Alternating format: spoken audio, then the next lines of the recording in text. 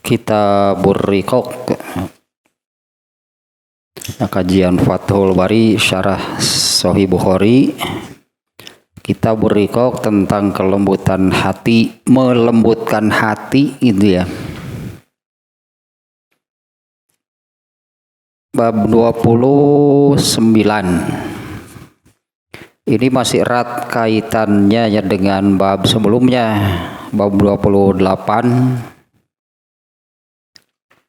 Bab 29 judulnya Babun al-jannatu aqrabu ila ahadikum min syirokina alihi wan naru mislu zalika. Seperti bab sebelumnya, judul yang dibuat oleh Imam Bukhari ini mengutip gitu ya, redaksi hadis. Ya memang metode Imam Al-Bukhari demikian ya, ketika membuat judul itu kalau ada di Quran diambillah ayat Quran, dikutip dijadikan judul. Kalau tidak ada di Quran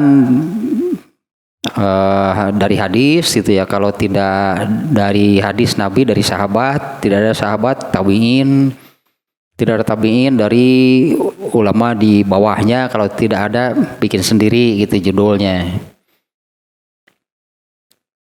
Nah, babnya ya bab ke-29 ini, bab surga itu lebih dekat kepada seseorang dari tali alas kakinya.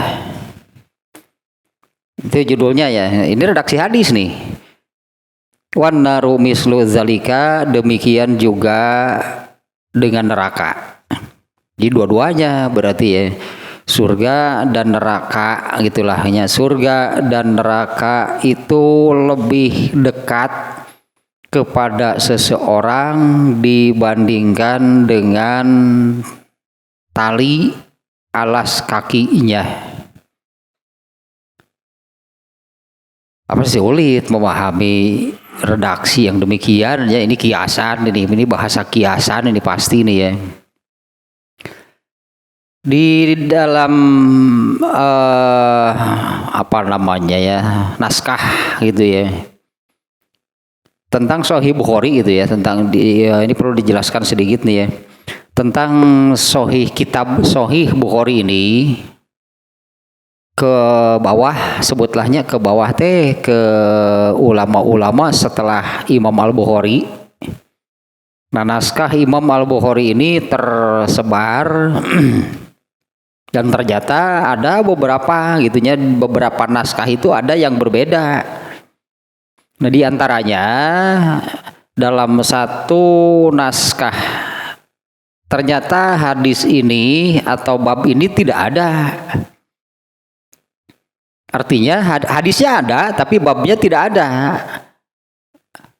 Berarti hadis yang ada di bab ini itu yaitu masuk ke bab sebelumnya.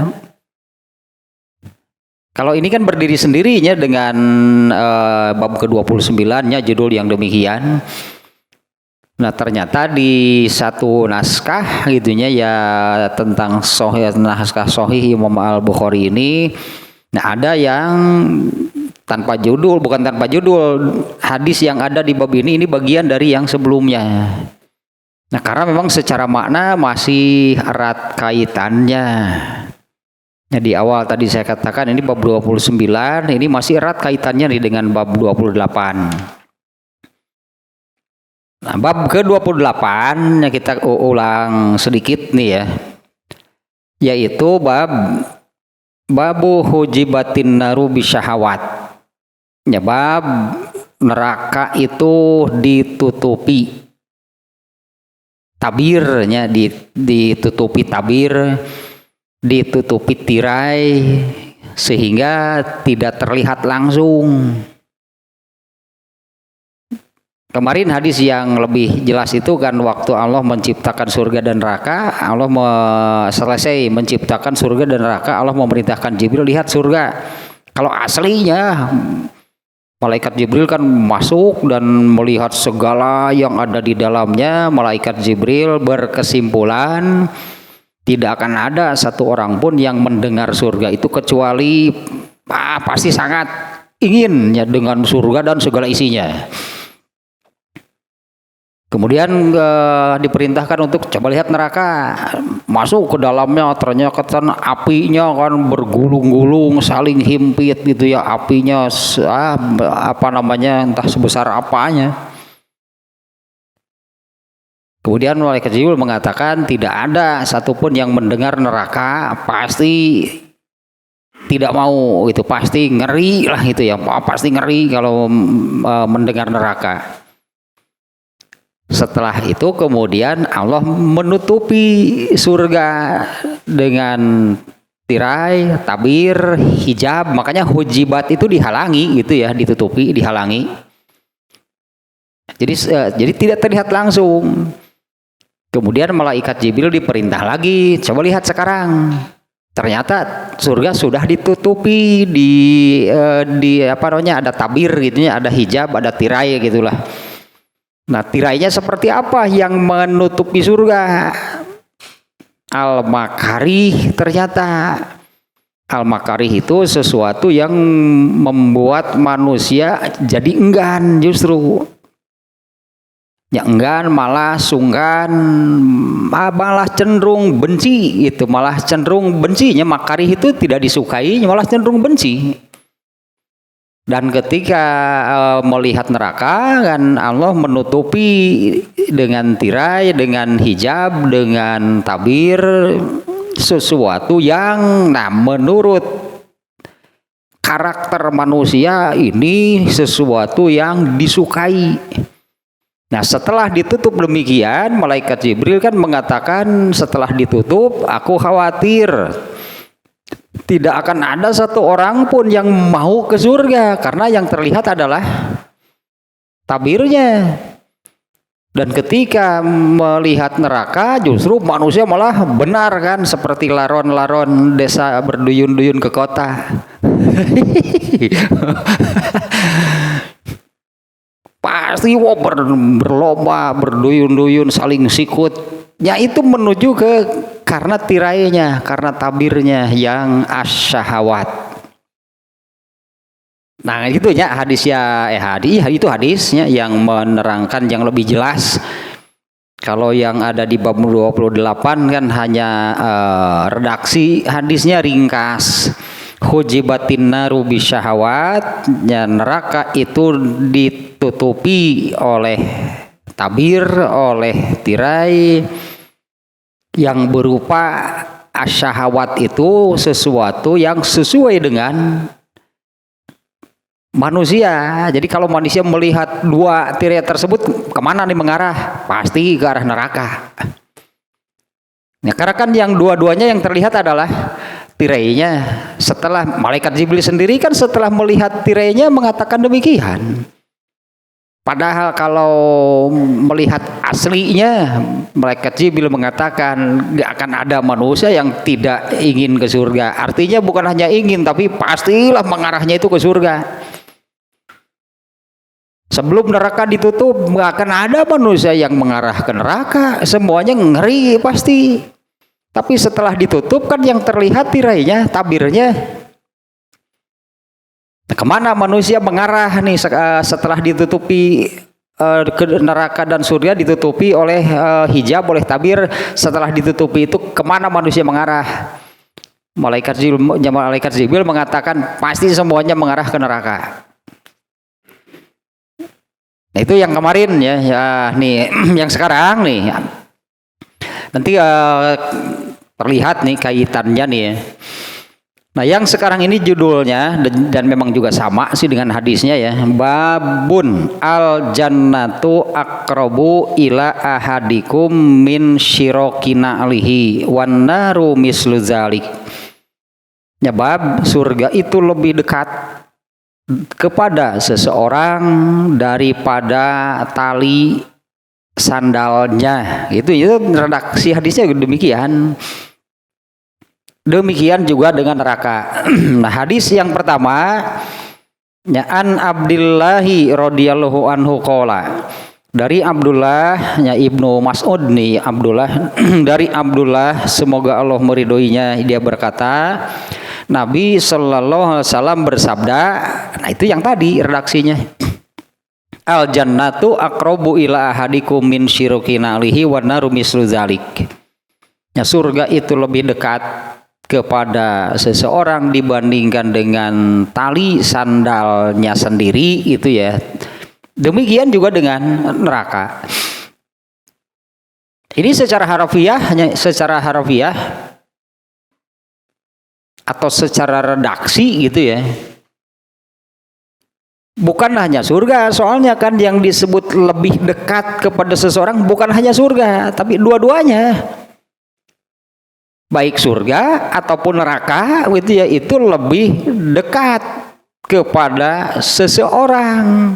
Sangat dekat, amat sangat dekat bahkan gitu ya, amat sangat dekat, dengan perbandingan lebih dekat daripada tali sandalnya. Tali sandal itu kan nempel gitu kan, tali sandal itu kan nempel. Lah kalau kalau sandal zaman Nabi itulahnya, sandal zaman Nabi seperti apa? Kan diikat itu ke kaki belakang gitu ya, ada talinya, kemudian diikat ke kaki belakang. Nah, artinya nempel, kena. Ini gambaran seperti ini. Misalnya juga menggambarkan tentang Allah juga ada, di mana Allah menggambarkan bahwa Allah itu lebih dekat kepada seseorang dibandingkan dengan naon teteh muncul dibandingkan jeung pikorona sorangan. Allah lebih dekat kepada seseorang itu dibandingkan dengan tenggorokannya sendiri lah gitu ya. Nah, kemudian juga ada yang menggambarkan tentang setan. Nah, setan itu yajri majrod dami disebutnya. Setan itu mengikut itunya, ada di dalam aliran darah manusia. Nah, ini kurang lebih bahasanya seperti ini ya, yang menggambarkan bahwa misalnya Allah itu di mana? Allah itu dekat. Sedekat apa? Lebih dekat daripada bukan kerongkongan, kalau nggak salah lebih dekat dari urat lehernya sendiri. Ini kan menggambarkan sangat dekat gitu. Allah itu sangat dekat. Dalam arti kalau anggap seperti ini ya, kalau seseorang itu ada perlu kepada Allah, harus kemana mencari? Kudu di teangan Allah mah. Tidak usah dicari, Allah itu lebih dekat kepada seseorang dibandingkan dengan urat lehernya sendiri. Artinya kalau mau berdoa, mau mengadu, mau apa ke Allah, nggak usah mencari Allah, tinggal dar lah gitu. Kenapa? Allah itu lebih dekat dari urat lehernya sendiri. Kemudian yang menggambarkan setannya, setan itu berada di dalam aliran darah manusia. Nah, ini maksudnya menggambarkan bahwa sama setan itu kalau setan mau menggoda manusia nggak usah datang dulu dari mana. Karena di mana manusia berada di situ berarti maksudnya di situ pasti ada setan. Dalam situasi apapun, dalam kondisi apapun, dimanapun, kapanpun, maksudnya bahwa setan itu pasti ada di sana. Jadi gambarkan itu setan itu berjalan atau ada di dalam aliran darah manusia. Nah, maksudnya bahwa kalau setan mau mengganggu seseorang nggak usah nunggu waktu datang dulu dari mana gitu. Nah, yang ini maknanya bahwa surga dan nerakanya dua-duanya, karena bukan satu yang disebut. Wan naru mislu zalik, neraka juga sama. surga dan neraka itu lebih dekat dibandingkan dengan tali sendalnya sendiri. Sangat, berarti sangat dekat. Ini bisa apa namanya ya? Bisa memunculkan beragam makna gitunya dengan redaksi yang seperti ini. Bisa memunculkan beragam makna. Misalnya nih ya, kalau surga itu bagi orang yang soleh, bagi orang yang soleh, bagi orang yang taat. Ini nanti maknanya juga ada yang demikiannya. Kalau surga itu bagi orang yang soleh, bagi orang yang taat, yang ternyata gitu ya. Orang yang soleh, orang yang taat itu kan di alam kuburnya itu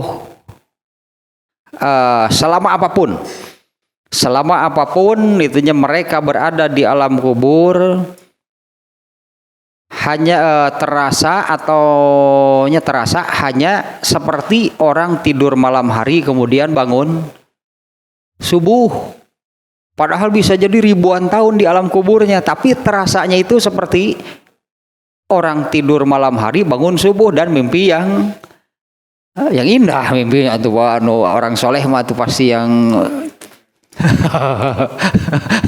Nightmare Friday the 13th, hati-hati teman.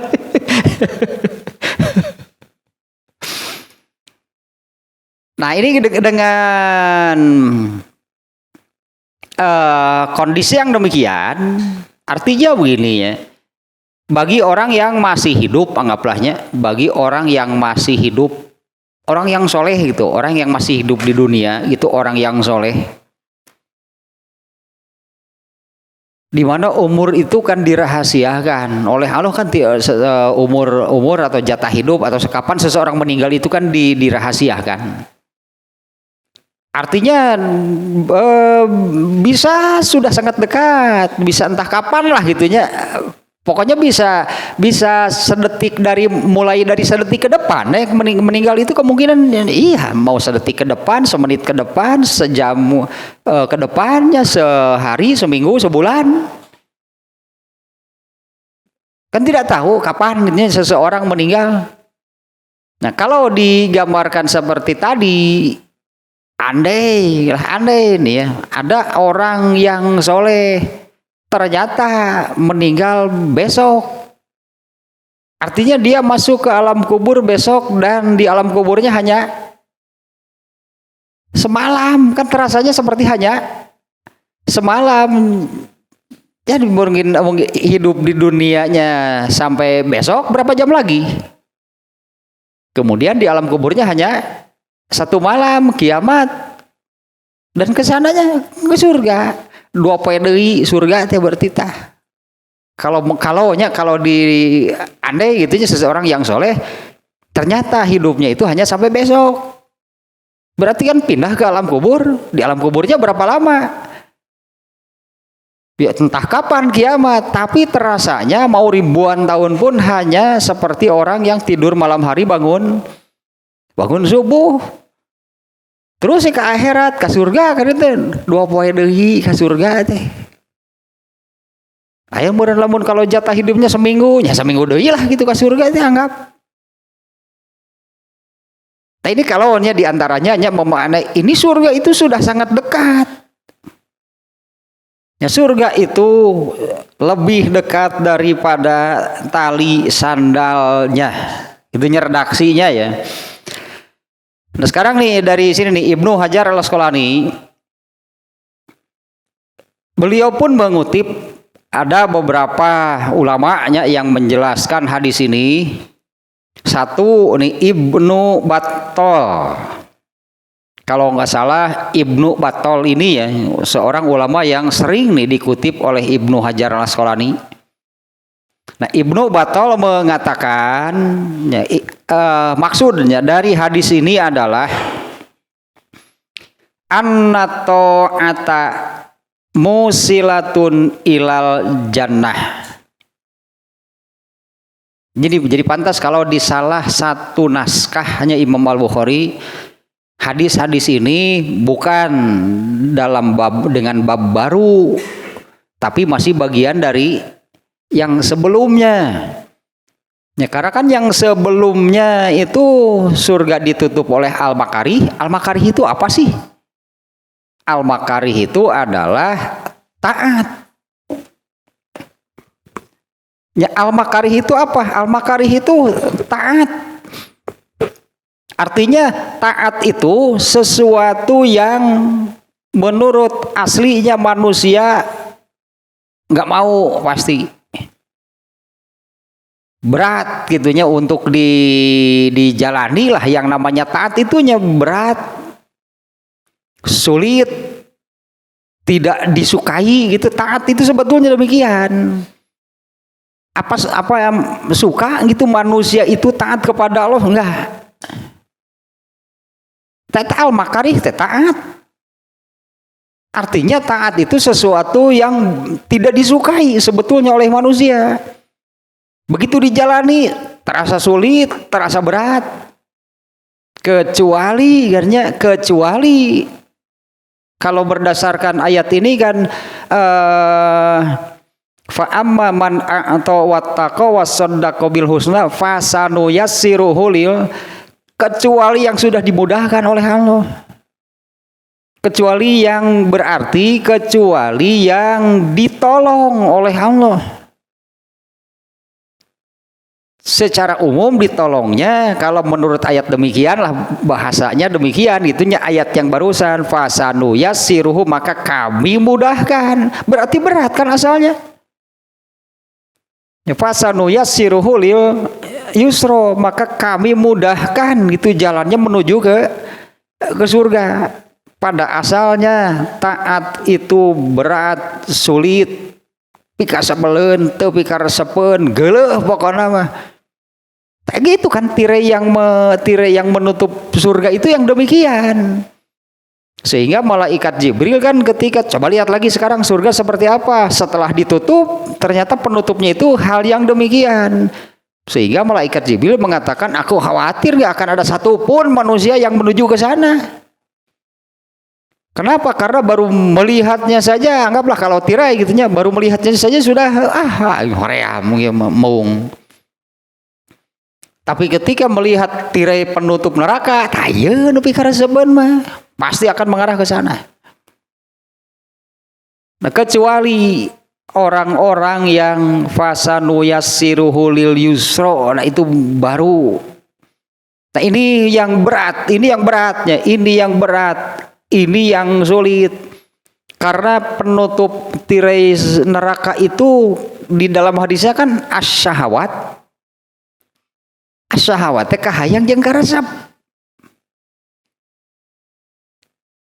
Eta teh tirai penutup neraka.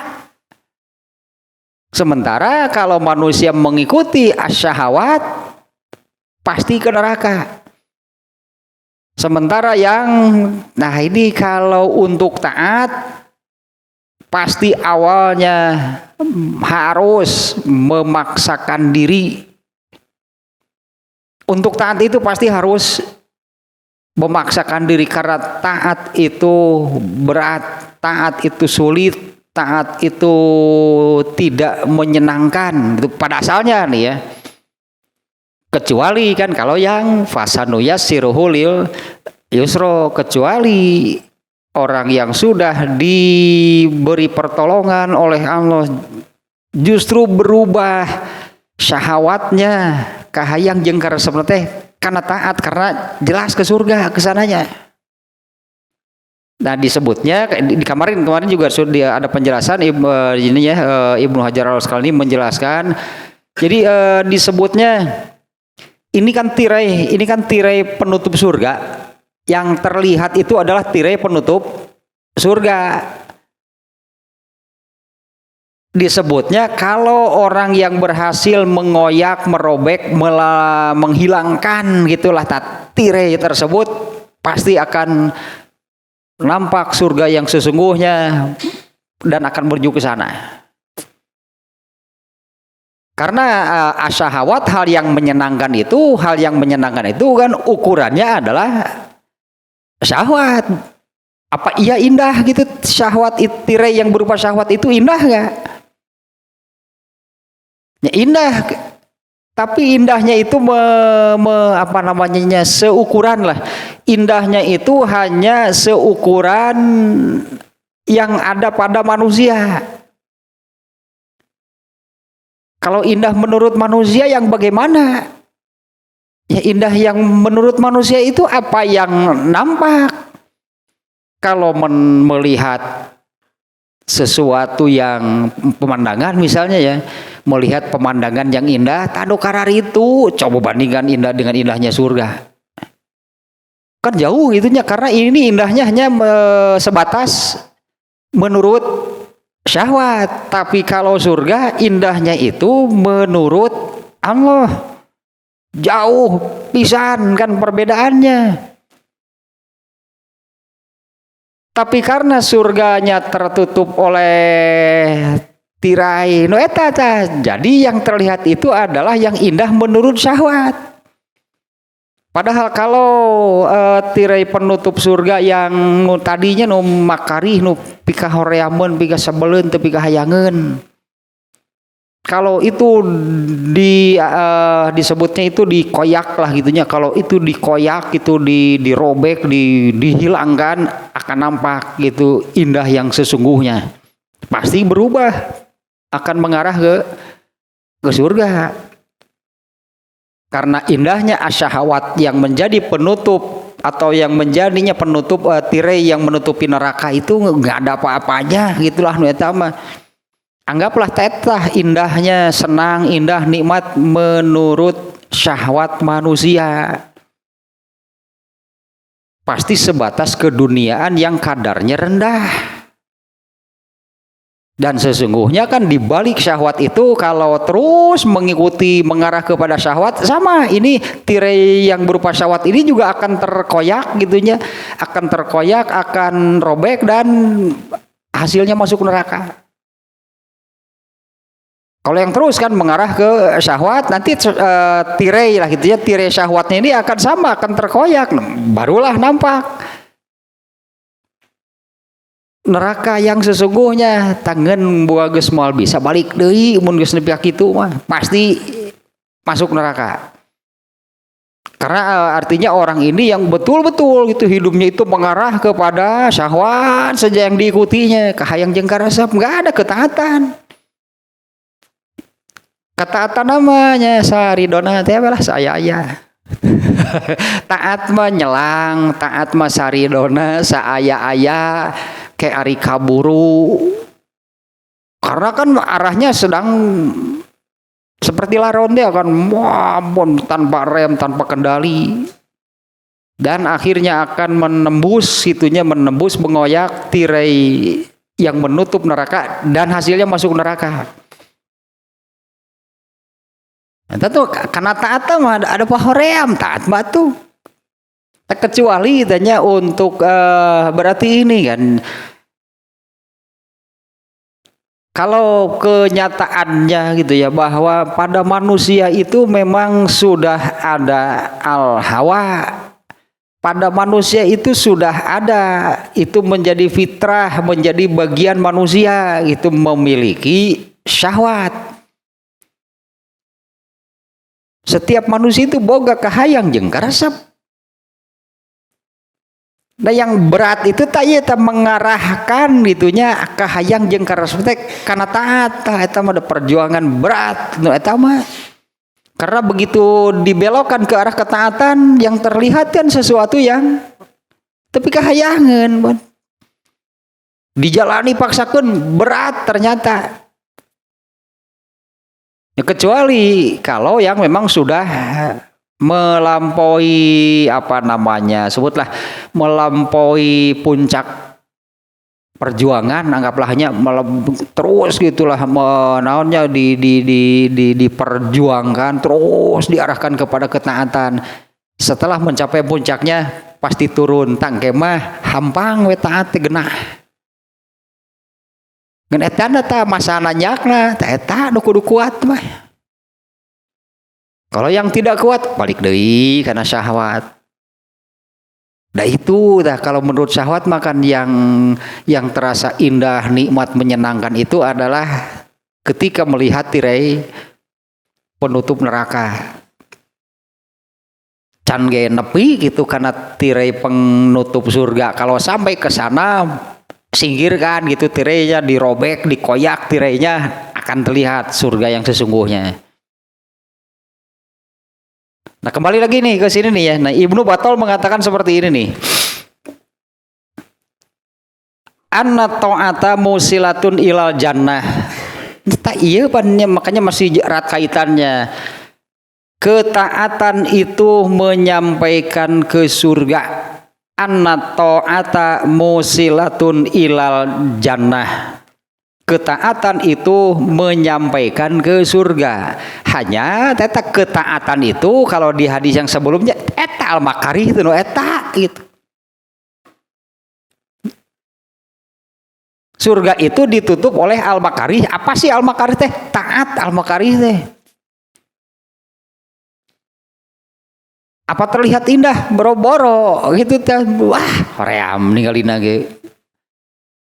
Artinya sekali lagi untuk taat itu malas sok gerak ya untuk taat saja malas gitu untuk taat teh. Padahal untuk hal yang tidak seberapa, emang iya contoh kecilnya. Ya contoh kecil tapi besar masalahnya. Ini kan dari realitanya, dari kenyataan di mana ya inilah yang terjadi. Soal tahiyatul masjid, jelaskan hadisnya, iza dakhala ahadukumul masjida fala yajlis hatta yasjuda sajdataini. Jika kalian masuk masjid jangan duduk sebelum kalian sholat 2 rakaat. Di sini ada ketaatan enggak? Kan Rasulullah yang menyabdakan demikian, jika kamu masuk masjid jangan dulu duduk sebelum sholat 2 rakaat. Kan di sini ada ketaatan, artinya Nabi menyabdakan demikian, jangan dulu duduk sebelum sholat 2 rakaat. Kita lihat pekerjaan sholatnya yang 2 rakaat ini. Kita lihatnya pekerjaannya gitunya. Pekerjaan sholat tahiyatul masjid kan yang 2 rakaat. Di hadisnya juga kan disebut fala yajlis hatta yasjuda sajdataini.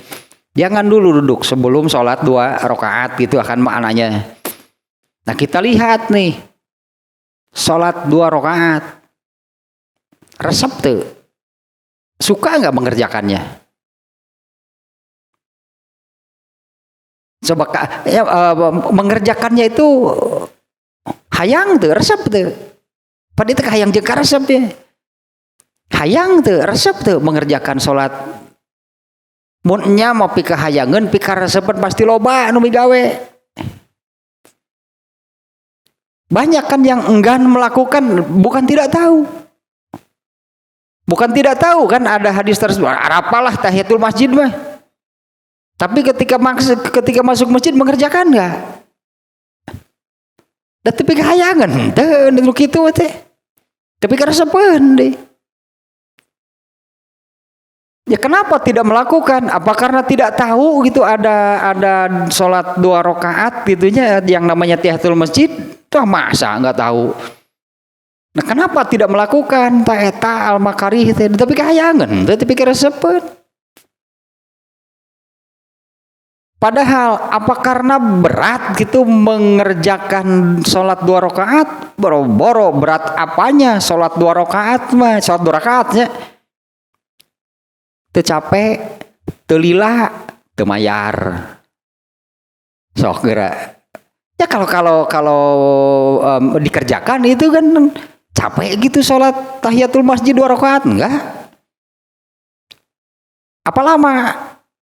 Juga enggak ada mau maca surat nu panjang. Moal lah tahiyatul masjid mah. Moal aya nu maca surat Ali Imran. Artinya gitu kan sholat kalau dikerjakan itu kan tidak lama, tidak jadi telila, capek, temayar deh.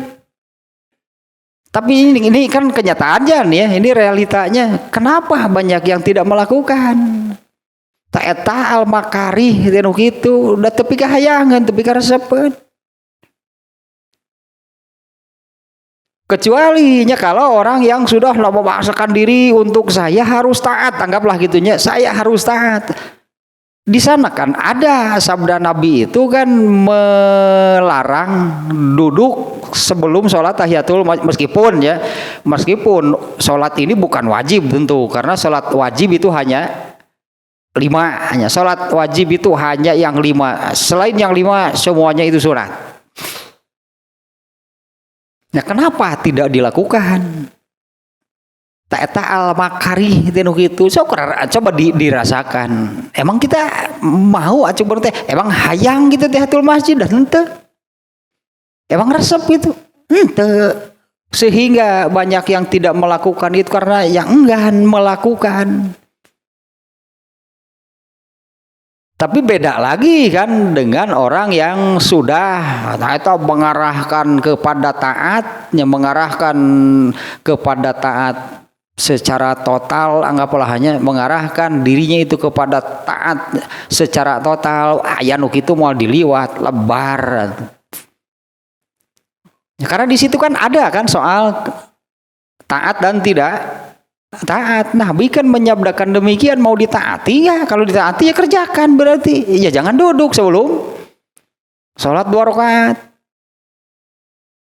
Dan banyaklah gitu tak al makarih teh. Untuk taat itu tidak mudah. Yang sulit apanya? Pekerjaannya kan enggak. Hanya sholat 2 rakaat. Apa berat? Apa sulit cara melakukannya? Kan enggak. Apa berat itunya apa mengerjakan sholat tersebut? Sholatnya gitu apa terasa berat mengerjakan sholat 2 rakaat juga kan enggak. Nyatulila teu capek gitu lah penting mayar tapi eta al makarih mah da. Beda lagi nya dengan orang yang perjuangan itu awalnya memaksakan diri untuk mengarahkan kepada ketaatan. Nah ini lanjutkan lagi nih. Anna ta'ata musilatun ilal jannah. Ketaatan itu menyampaikan, memasukkan ke surga. Wa annal maksiata muqarribatun ilan nar, dan berbuat maksiat, berbuat dosanya, melanggar lah gitunya, itu mendekatkan ke neraka. Ya bahasanya Ibnu Battalnya kalau anna ta'ata musilatun menyampaikan itu akan sampainya ke masuk, artinya kan ya akan sampai ke surga. Kalau ini muqarribatun ilan nar, mendekatkan ke neraka. Nah, jadi mendekatkannya ke neraka apa? Sigana teh ada yang diampuni oleh Allah. Ini ke surga mah pasti, ini amal soleh mah. Kalau yang berbuat dosa ada kemungkinan diampuni, kemungkinannya bukan pasti, kecuali syirik yang terbawa mati itu yang pasti tidak akan diampuni. Ini Ibnu Battal itunya bahasanya halus itu. Kalau ke surga anna ta'ata musilatun ilal jannah, ya, taat itu menyampaikan ke surga. Wa annal maksiyata, dan berbuat maksiat, berbuat dosa itu muqarribatun ilan nar, mendekatkan ke neraka. Ya masalah namanya nu disebut taat gitulahnya. Taat itu menyampaikan atau memasukkan ke dalam surga. Taat itu berat, taat itu sulit. Nu hayang ge cantang tuh bisa gitulahnya. Orang yang ingin taat apa benar bisa? Cam tam tuh Wow, belum tentu bisa. Kahayang tinggal kahayang. Mungkin banyak orang yang ada keinginannya di dalam dirinya untuk taat. Tapi beli asa berat tapi kak terjadi deui. Jangan dikira emang mudah taat. Lain di Al-Makarih atau hari gampang mah berat sulitnya. Kemarin juga sudah Ibnu Hajar Al-Asqalani pun menjelaskan demikian.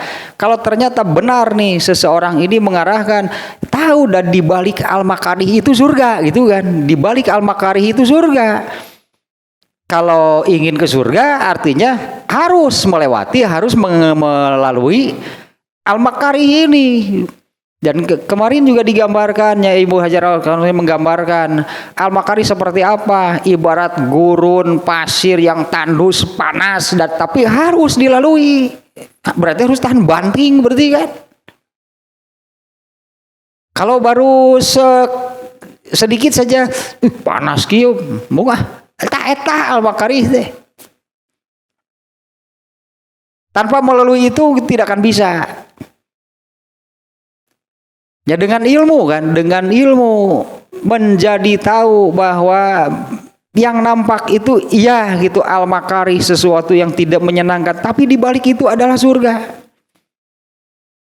Jelas di sini harus memaksakan diri karena seolah-olah membawa dirinya itu kepada sesuatu yang dia sendiri nggak suka, tapi karesapeun, tapi kahayangan. Memaksakan diri juga ternyata memang terasa berat dia mending sore pokoknya mah mun nanyak teh mah mending malike mending mudun gresok. Nanyak pakai jan buruhkeun naik sautik cangkeng. Aduh, aing ngerakeun pisan.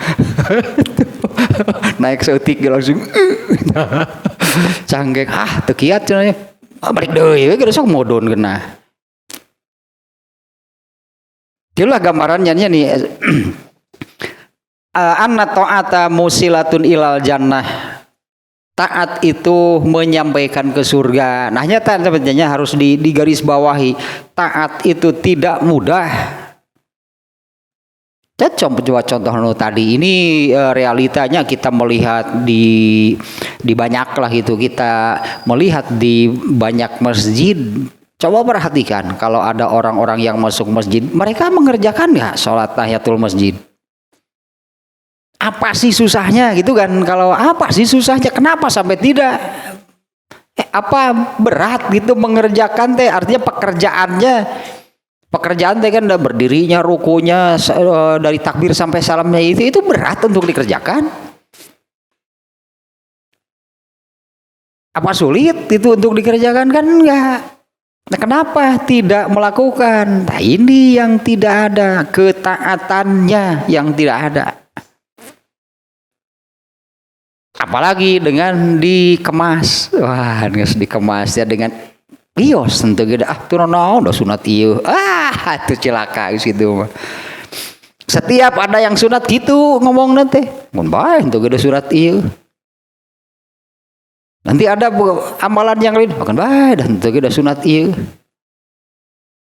Jadi sholatnya tinggal nu wajib wungkul, murukan halus segitu barolong siga ayakan deh. Gak ada kan siapapun yang sholatnya sempurna itu gak ada, pasti perlu tambalan ditambali itulahnya kekurangannya gitulah bolong-bolongnya kekurangannya. Nah untuk penambalnya itu adalah sholat sunat. Ini melebarlah sedikit itunya. Ini kalau hitung-hitungan secara akal saja sih ini ya.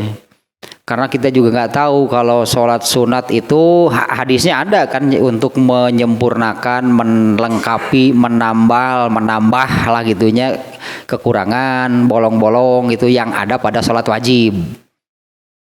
Ya Allah mengadakan sholat sunat itu untuk itunya untuk melengkapi, menambah, menyempurnakan itunya kekurangan yang ada pada sholat wajib. Andai nih kita asumsikan seperti ini. Kalau sholat wajib itu jumlahnya berapa rakaat sehari semalam? 17 kan rakaat, jumlah rakaat sholat wajib kan 17. subuh 2, zuhur 4, 17 semuanya. Salat wajibnya 17 rakaat. Di sekitar salat wajib yang paling dekat gitunya ke salat wajib itu adalah salat rawatib. Kalau salat duha gitu ya, tadinya salat tahiyatul masjid, anggaplah itu di ring berapa? Karena sumbernya pokoknya kan salat wajib. Nah, yang terdekat ke salat wajib itu adalah salat rawatib. Jumlah rawatib ada berapa? 10 atau 12. Nah, kita asumsikan cukup nggak untuk menambah kekurangan yang ada pada salat wajib? Salat wajibna 17, salat rawatibna 10, 7 tah. Berarti masih ada kekurangan. Ini kalau kita asumsikan demikiannya, salat wajibnya 17, kemudian rawatibnya 10 atau 12 lah misalnya. Anger 5 tah masih belum tertutupi kekurangannya. Ari nu aya gereta nu nampe salat tahiyatul masjid dan teu gitu naon sih hesena gitu teh. Kita bisa menyebutkan kan sebetulnya teu hese, teu capek, teu lila, teu mayar, teu salat tahiyatul masjid mah gratis sok. Dengan asumsi yang tadi bahwa salat wajib 17, salat rawatib 12, anger kurang lah kumaha ge rawatib bungkul mah. Komo rawatib na belang betong mah gitu. Rawatib bae belang betong. Salah mereng ngaran gitu cek ulama teh kadung dibere ngaran rawatib. Arti rawatib teh yang selalu.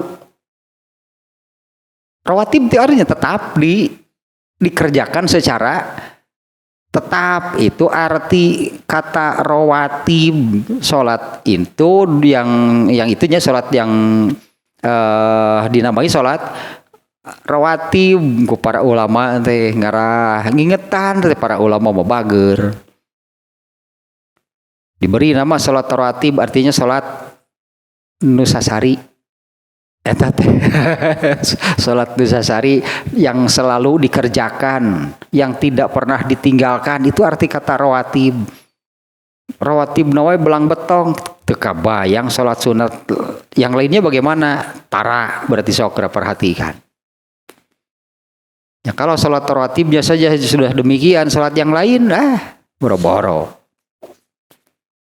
Nah, kembali ke sini nih Ibnu Battalnya mengatakan sampai tadi bahwa taat itu menyampaikan ke surga, tapi dengan catatan taat itu tidak mudah. Taat karena itulah yang disebut al-makarihnya yang disebutkan tirai hijab penutup surga itu adalah al-makarih. Al-makarih itu arti asalnya dari makruh, makarih itu jama dari makruh. Tapi di sini makruh secara bahasanya bukan makruh hukum di dalam ilmu usul fikih, bukan. Al-makarih atau makruh itu sesuatu yang dibenci. Artinya manusia itu pada asalnya adalah benci untuk taat, tidak suka gitu untuk taat. Tapi setelah diberitahu bahwa di balik tirai itu adalah surga, tah lumayan we aya maksakeun lantaran ka surga ka dituna. Ya, dengan al-makarih ini gitu kan, al-makarih kan penutup surga, dengan al-makarih ini kesananya ke surga. Ternyata setelah paksakan bener we berat hese. Jadi nu hese teh taatna bukan pekerjaan salatnya, bukan pekerjaan salatnya yang susah, taatnya yang tidak ada.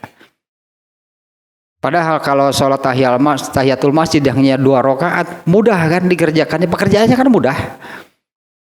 Pekerjaannya mudah ya, tadi kan tidak lama kan, tidak capek, gratis lagi. Komoditah mayar berunan. Komoditah mayar berunan. Wah, bokeh mung. Nu gratis wae henteu kamu nu mayar. Padahal itu musilatun ilal jannah.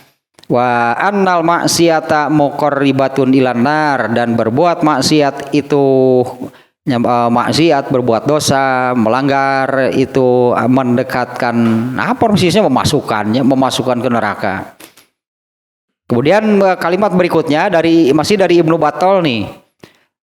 Wa anna ta'ata wal maksiata qad takunu fi aisiril asya'i. Nah, ini maksud hadis di atas nih. Ibnu Hajar al-Asqalani pun mengutip perkataan Ibnu Battal. Apa sih maksudnya kalau baik surga ataupun neraka? Rasulullah kan menyebutkan itu lebih dekat daripada tali sandalnya sendiri. Nah, Ibnu Battal memaknainya dan di sini Ibnu Hajar al-Asqalani ya. Ibnu Hajar al-Asqalani di sini sepakat dengan makna yang demikian. Karena ini kan tadi saya katakan ini memunculkan beragam pemahamannya dengan redaksi yang demikian. Kamu kuno heureuy mah abdi mah tradisional. Si eta mah ya. Surga lebih dekat daripada tali sandalnya. Abdi mah tradisional cenah di selop. Aduh. Udah kumaha tuh, kumaha lu di sepatu, anu nyeker kumaha tuh. Nah, itu udah maksud lagi. Makanya kan maksudnya bukan demikian. Lebih dekat dari tali sandalnya. Abdi mah tradisional. Kamu abdi mah tradisional acan. tradisional acan. Nah, ini di maknanya.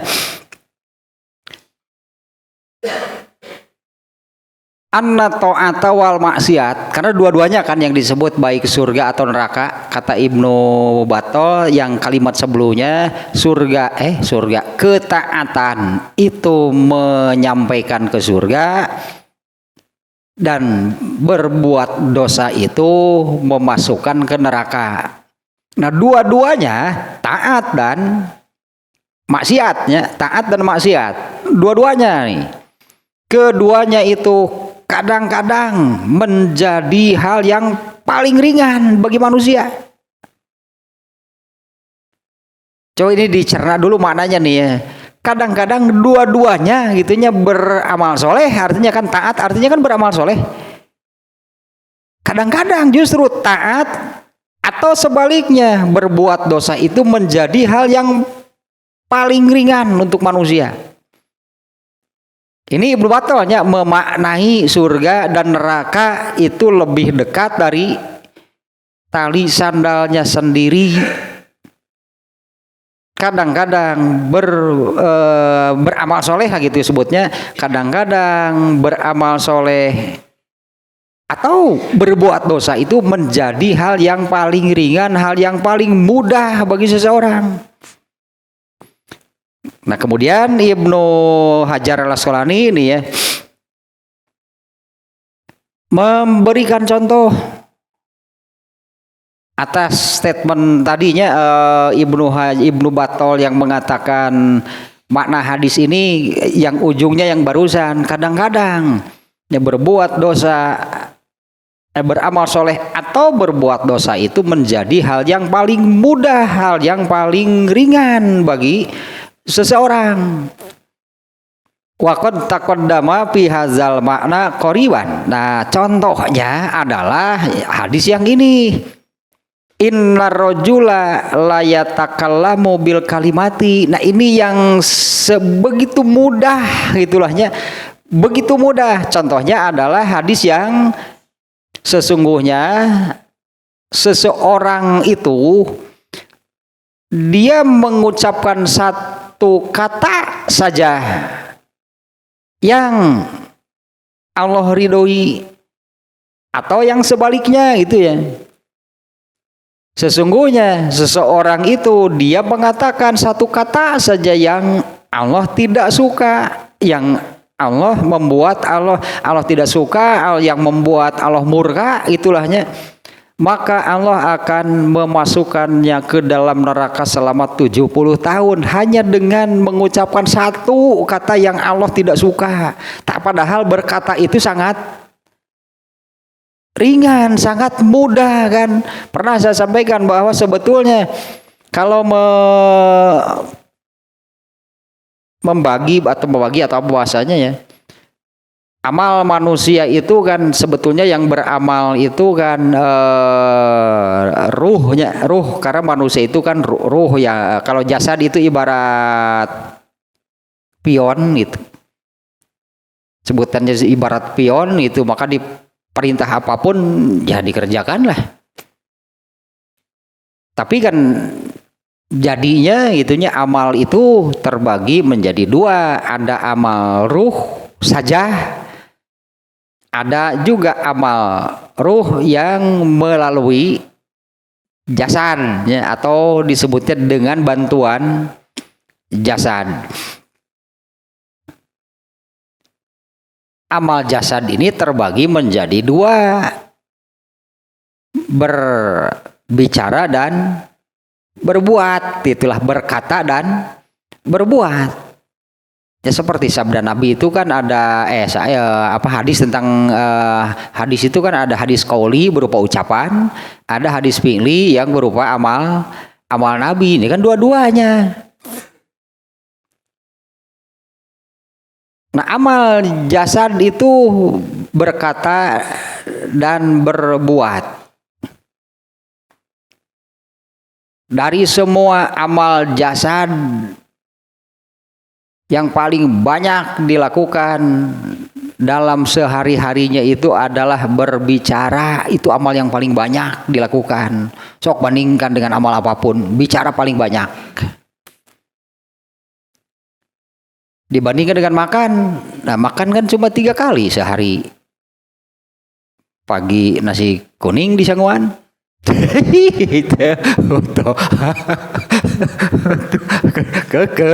Di sanguan segitu nasi kuning. Pagi kan nasi kuning di sanguan. Berang mie ayam di sanguan tetap. Terus putih mie tek-tek di sanguan. Makan paling 3 kali. Kemudian ini amal yang kemungkinan lebih dari sekali lah gitunya. Keluar masuk jamban berapa kali, kan ada amal di sana. Berapa kali dalam sehari. Amal yang lain lah coba. Bicara ini paling banyak, padahal ini bukan seolah-olah.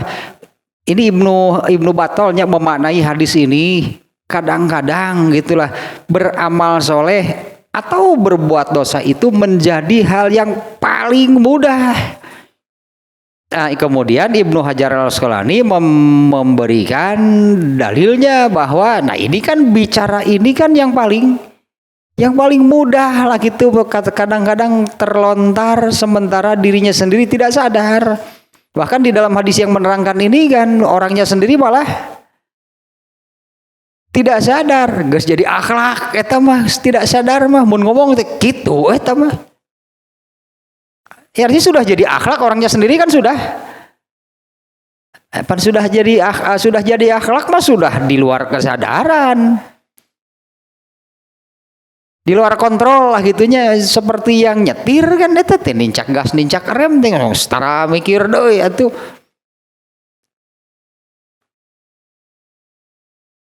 Mau nincak gas nincak rem ningali keneh nuker diajar berarti eta mah. Bahkan kan orang yang nyetir sambil ngobrol kan ngobrol gitu tapi jalan ketika ada bahaya kemudian menginjak rem tuh tinggali heula mikir heula rem ulah ya kudu ngeremnya tuh tambah keburu nabrak. Nah bicara pun itu sangat terlihat justru akhlak seseorang itu ketika dia, karena itu amal yang paling banyak, itu amal yang paling ringan. Ini Ibnu Hajar Al-Asqalani memberi contoh dengan hadis ini nih, bahwa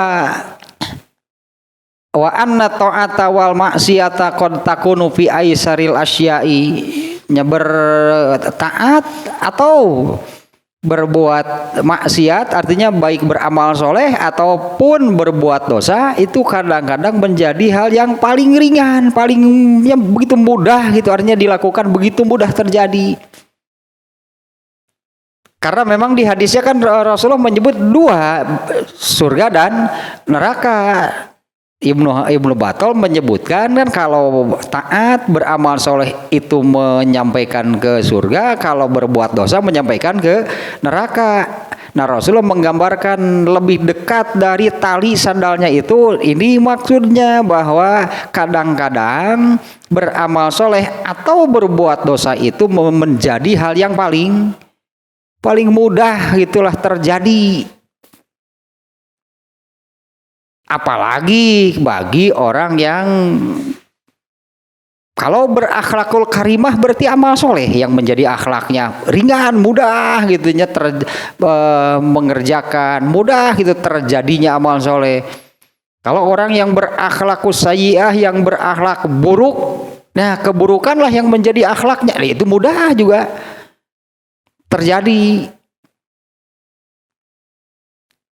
Apalagi berbicara tadi kan orang Sunda teh mah. Nah, sekanya eta teh kancing coplok kebun binatang teh keluar kabeh teh mah. Padahal ngobrol biasa ieu mah sueuh teh kumaha gitu ngobrol tapi gitu ngobrol nanti. Kabeh atuh kebun binatang teh keluar. Buaya, bayawak kayak gajah, jerapah keluar ngomong kabeh gitu disebut di absen hiji-hiji nu aya di kebun binatang teh. Ya kalau sudah jadi akhlak ya gitu, itu artinya sangat mudah gitu, sangat mudah. Terutama ini Ibnu Hajar Al-Asqalani kan menguatkan gitulahnya pendapat atau statement dari Ibnu Battal ini dengan hadis yang ini, karena ini memang yang paling banyak dikerjakan, yang paling banyak diamalkan, atau amal paling banyak dari manusia itu adalah berbicara. Nah, di mana di dalam berbicara itu berarti sangat mudah itu di situ jadi amal soleh atau jadi dosa.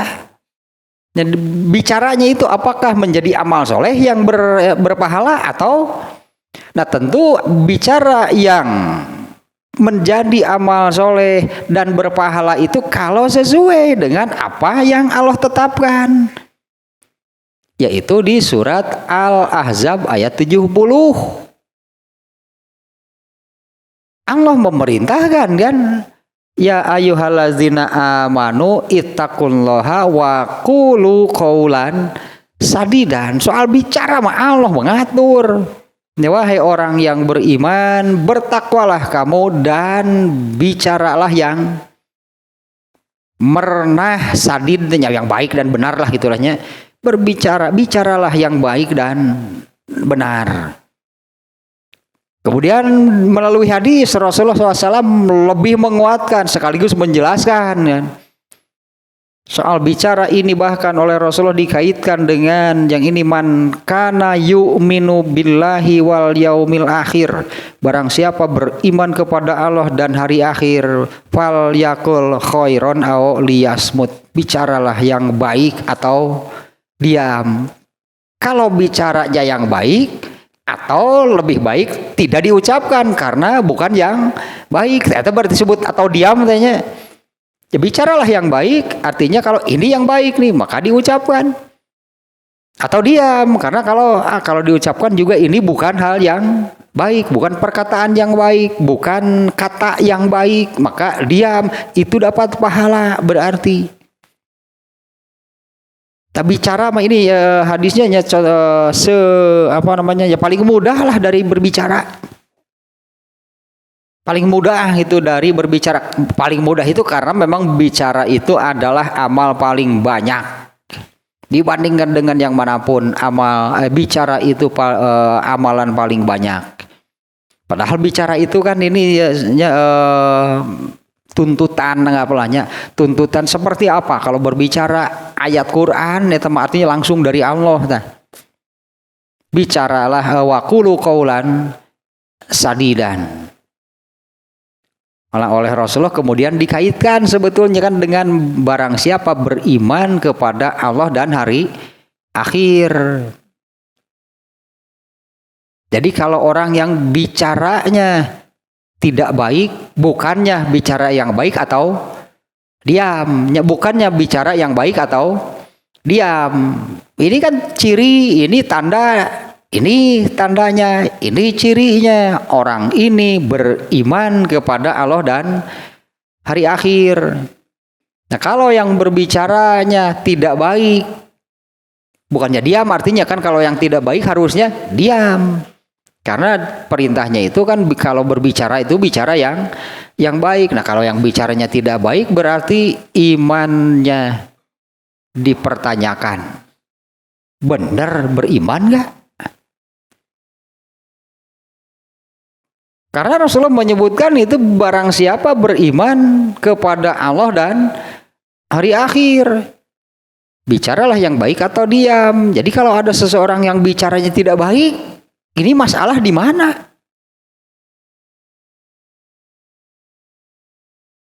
Ya, masalahnya ada di mana? Di imannya berarti. Kalau orang kafir yang tidak beriman yang sedang diomongkan gitu kan ya, bagi mereka nggak berlaku. Bicaralah yang baik atau diam. Itu kan bagi yang barang siapa beriman kepada Allah dan hari akhir. Nah, kalau yang tidak beriman, bebas yang tidak beriman mau ngomong apapun. Tapi kalau bagi orang yang beriman, dari bicaranya itu menunjukkan ini imannya bermasalah berarti. Karena Rasulullah menyebutkan demikian, ya, barang siapa beriman kepada Allah dan hari akhir, ya bicara kan seperti itu kan redaksinya. Artinya sangat erat kaitannya antara bagaimana seseorang berbicara dengan iman yang ada di dalam dirinya.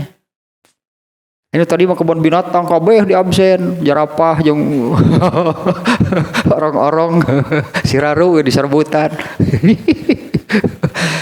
Itu iman teh eta mah. Bermasalah artinya imannya. Padahal di hadis yang ini ya, ini kan sudah dibahas di beberapa sebelumnya kan, ini yang tentang hadis ini ya, innar rajula la yatakallamu bil kalimati, dan selanjutnya. Ya, sesungguhnya seseorang itu dia berbicara dengan satu kata saja yang Allah tidak suka, maka Allah memasukkannya ke dalam neraka selama 70 tahun. Mangkani sapoe sabaraha kali kita nyebut orang-orang kadal. Sapoe sabaraha kali, lain sapoe ieu mah ngobrol we satunggulan di itu 17 kali itu. Aduh, saya teh sakali na we 70 tahun. Ya satunggulan 17 teh. Can kela mun ngobrol deui, kitu deui. Ku eta wunggul ge beureunan geus lila teuing di neraka teh atuh. Hanya dengan satu kata saja, itu kan hadisnya kan demikiannya.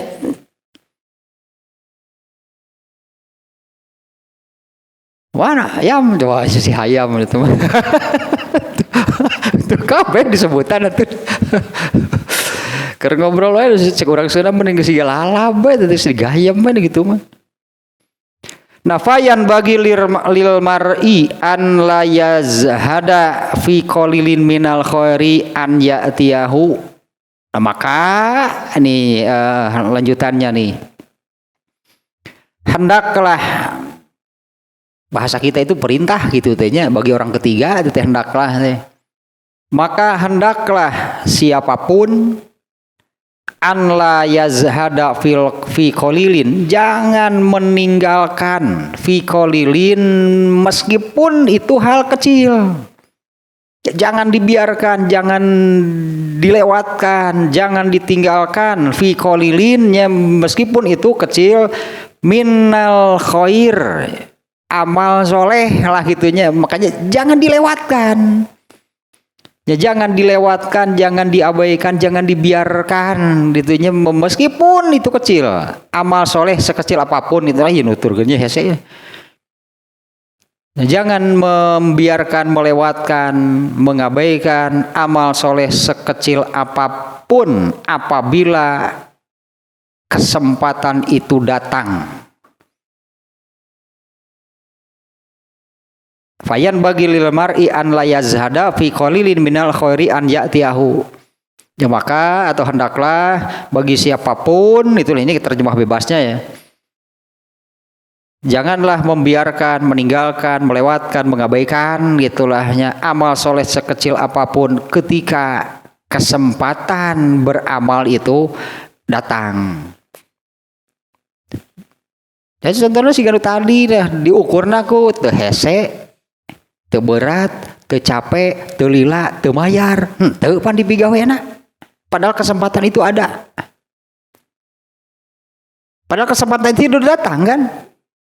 Ya kesempatannya itu ketika dia masuk masjid, datanglah kesempatan beramal soleh berupa sholat tahiyatul masjid, pan teu dipigawena nanti.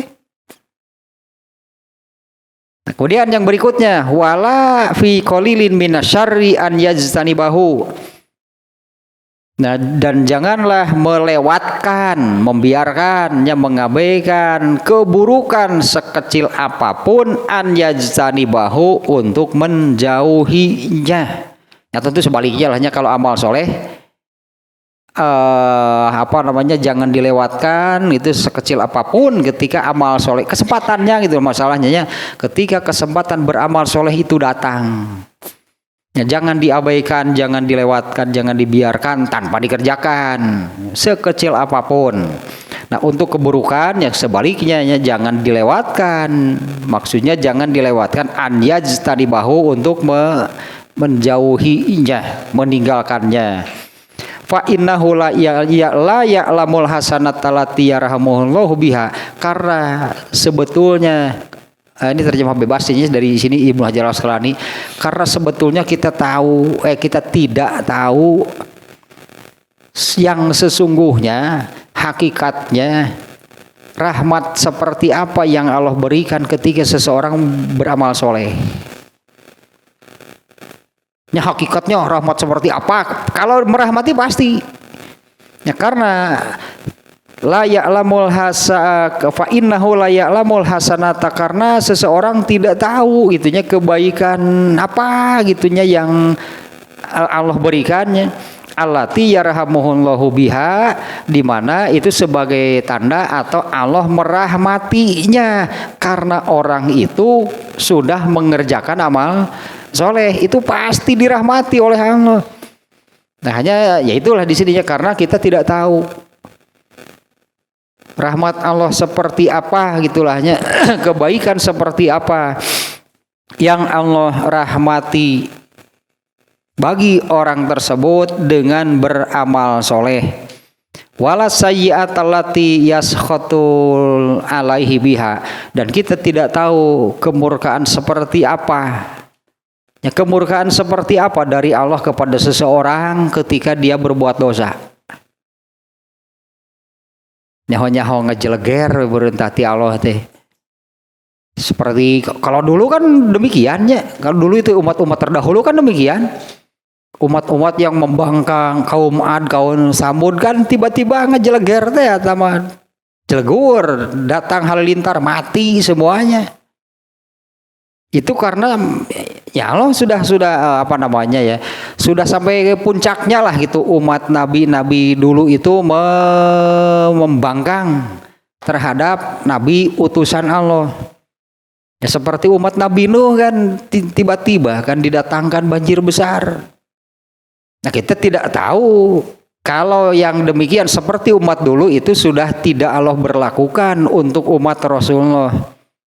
Semua yang membangkang itu tumpur semuanya, nggak akan kejadian. Tapi kalau untuk perorangan atau satu kaum kecil itu diberlakukan oleh Allah.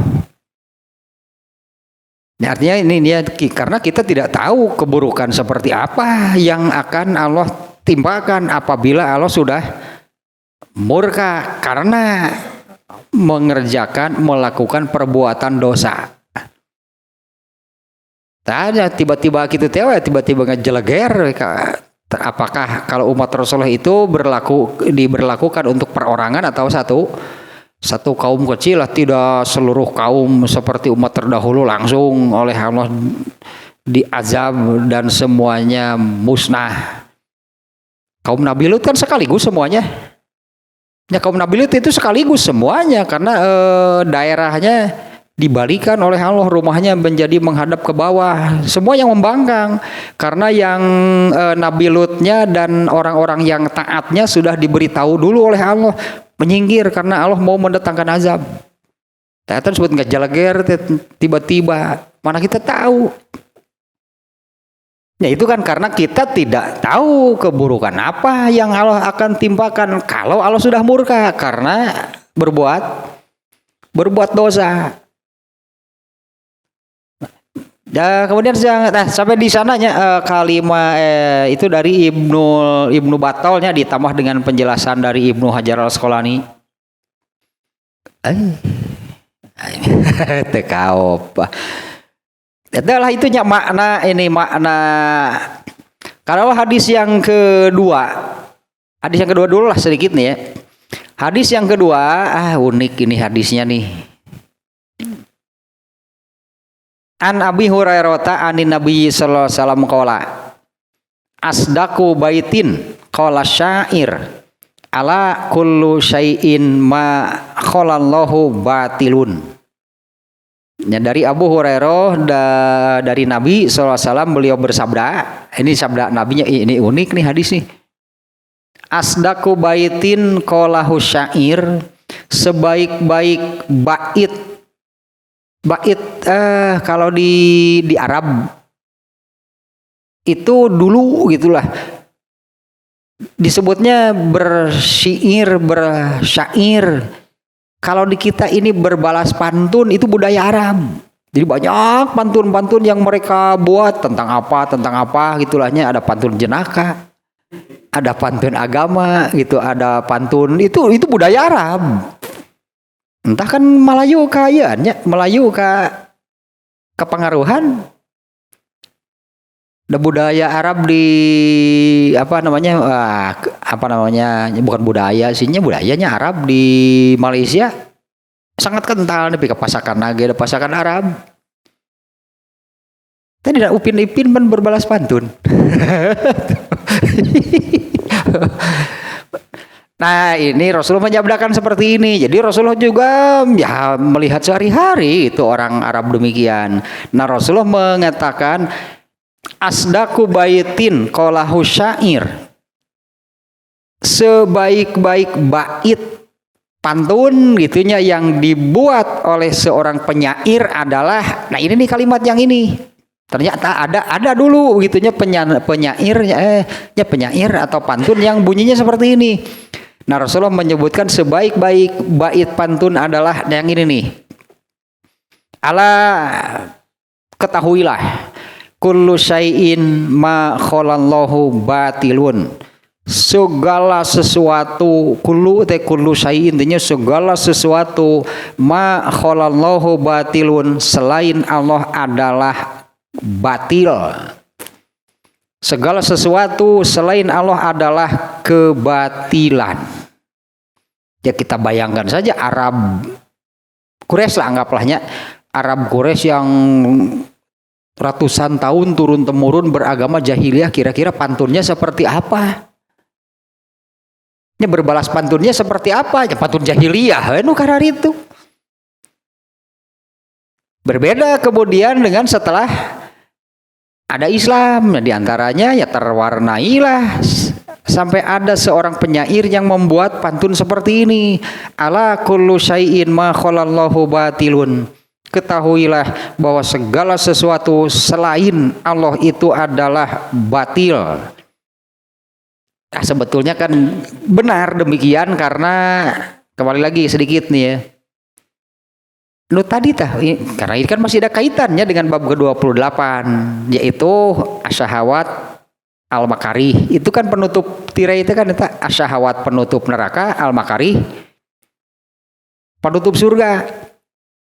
Ini kan berdasarkan kalau syahwat itu al-hawa, kalau al-makarih taat itu adalah al-haq. Ya pasti seperti ini, kalau bukan dari Allah pasti al-hawa, kalau bukan al-haq pasti al-hawa. Nah di sini segala sesuatu selain Allah, selain al-haq itu adalah al-hawa.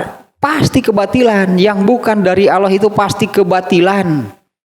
Karena yang benar itu adalah al-haq dan al-haq itu adalah yang dari Allah.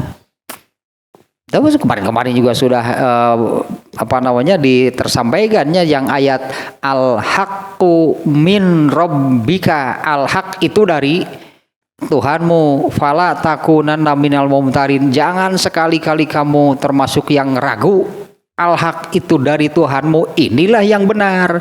Selain dari al-haq, selain dari Allah pasti berupa kebatilan, karena kalau bukan dari Allah pasti dari manusia. Kau yang apapun lah, segala sesuatu nih, kullu syai'in nih ya di hadisnya, kullu syai'in, segala sesuatu kalau bukan dari Allah berarti dari manusia, dan semuanya ini kebatilan. Kalau yang dari Allah itulah al-haq, inilah benar yang sesungguhnya. Selain dari itu, ini unik nih hadis sampai Nabi mengutip sebuah bait pantun, gitunya syair disebutnya kalau dalam bahasa Arab. Nabi mengutip itu sebuah syair yang, karena saat itu syair sudah menjadi budaya. Karena Nabi bukan seorang ahli sastra, bukan.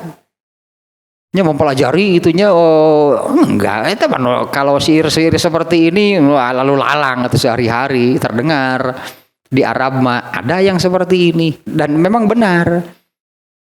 Ya Rasulullah artinya setuju dengan ini nih isi dari syair ini, ketahuilah segala sesuatu selain Allah itu adalah batil. Nah sebetulnya kan demikian ininya penjelasannya. Sebetulnya hanya ada dua yang diikuti oleh manusia itu, kalau bukan al-haq berarti al-hawa, kalau yang bukan dari Allah berarti dari sesama manusia. Dari manusia, dari dirinya, dari tetangganya, dari siapapun lah, pokoknya bukan dari Allah.